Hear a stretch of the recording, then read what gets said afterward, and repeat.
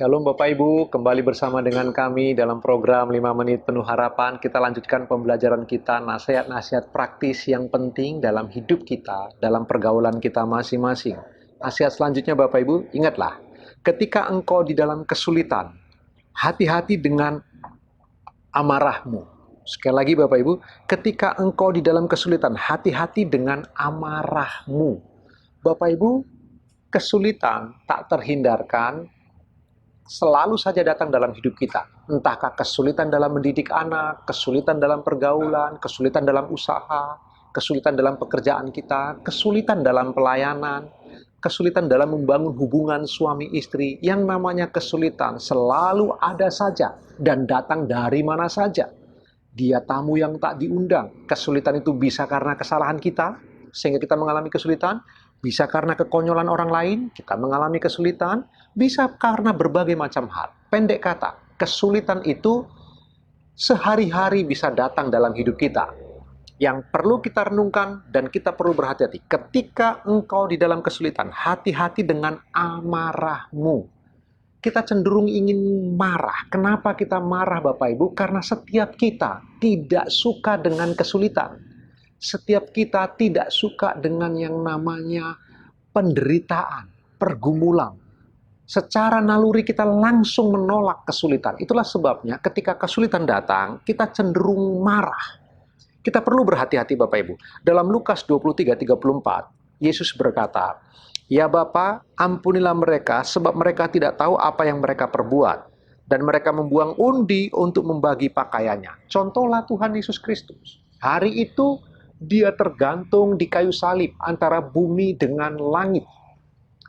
Mengalami kesulitan yang luar biasa sepanjang malam. Diadili tanpa keadilan. Disiksa. Mengalami dehidrasi yang serius. Berdarah-darah Bapak Ibu yang dikasihi oleh Tuhan. Jika seseorang tidak punya fisik yang luar biasa seperti Tuhan Yesus, di Taman Getsemani pun kita telah patah di sana. Tapi Kristus, ketika mengalami kesulitan yang luar biasa itu, di tengah kesulitan yang luar biasa menyakitkan, bukan amarah yang muncul. Yang muncul sebuah doa yang tulus, sebuah doa yang paling agung, yang lahir dari kesulitan yang paling mematikan. Ya Bapa, ampunilah mereka, sebab mereka tidak tahu apa yang mereka perbuat. Bapak Ibu, ini sebuah teladan yang luar biasa. Kita perlu meminta pertolongan Allah Roh Kudus untuk meneladani langkah Kristus ini. Ketika mengalami kesulitan, bukan amarah yang muncul ke permukaan, tetapi sebuah doa yang tulus. Itulah hatinya.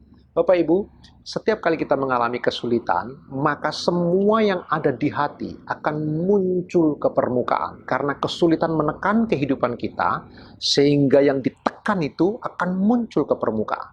Ketika Tuhan Yesus mengalami kesulitan di salib itu, muncul ke permukaan isi hatinya, sebuah doa, itulah yang ada di hatinya. Bapak, Ibu, dan saya perhatikan, ketika kita mengalami kesulitan, hati-hati dengan amarah kita.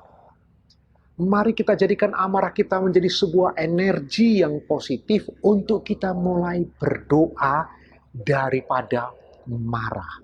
Kita ikuti teladan Kristus yang luar biasa itu Bapak Ibu. Sekali lagi, tidak ada yang salah dengan marah Bapak Ibu, tapi marah yang kelewatan itu bisa merusak. Marah yang tidak pada tempatnya itu bisa menghancurkan diri. Tetapi saya mendorong dalam pergaulan sehari-hari ketika kita mengalami kesulitan, mari kita mengontrol amarah kita masing-masing Bapak Ibu yang dikasihi Tuhan. Sehingga amarah itu tidak menjebak kita. Amarah itu tidak membawa kita kepada kesulitan yang lebih lanjut. Kita perlu berhati-hati Bapak Ibu. Dan saya memberi nasihat, mari kita meneladani Kristus Yesus Tuhan. Setiap kali mengalami kesulitan, yang muncul dari hatinya adalah sebuah doa kepada Bapaknya. Renungkan kebenaran firman Tuhan sepanjang hari ini Bapak Ibu. Tuhan Yesus memberkati.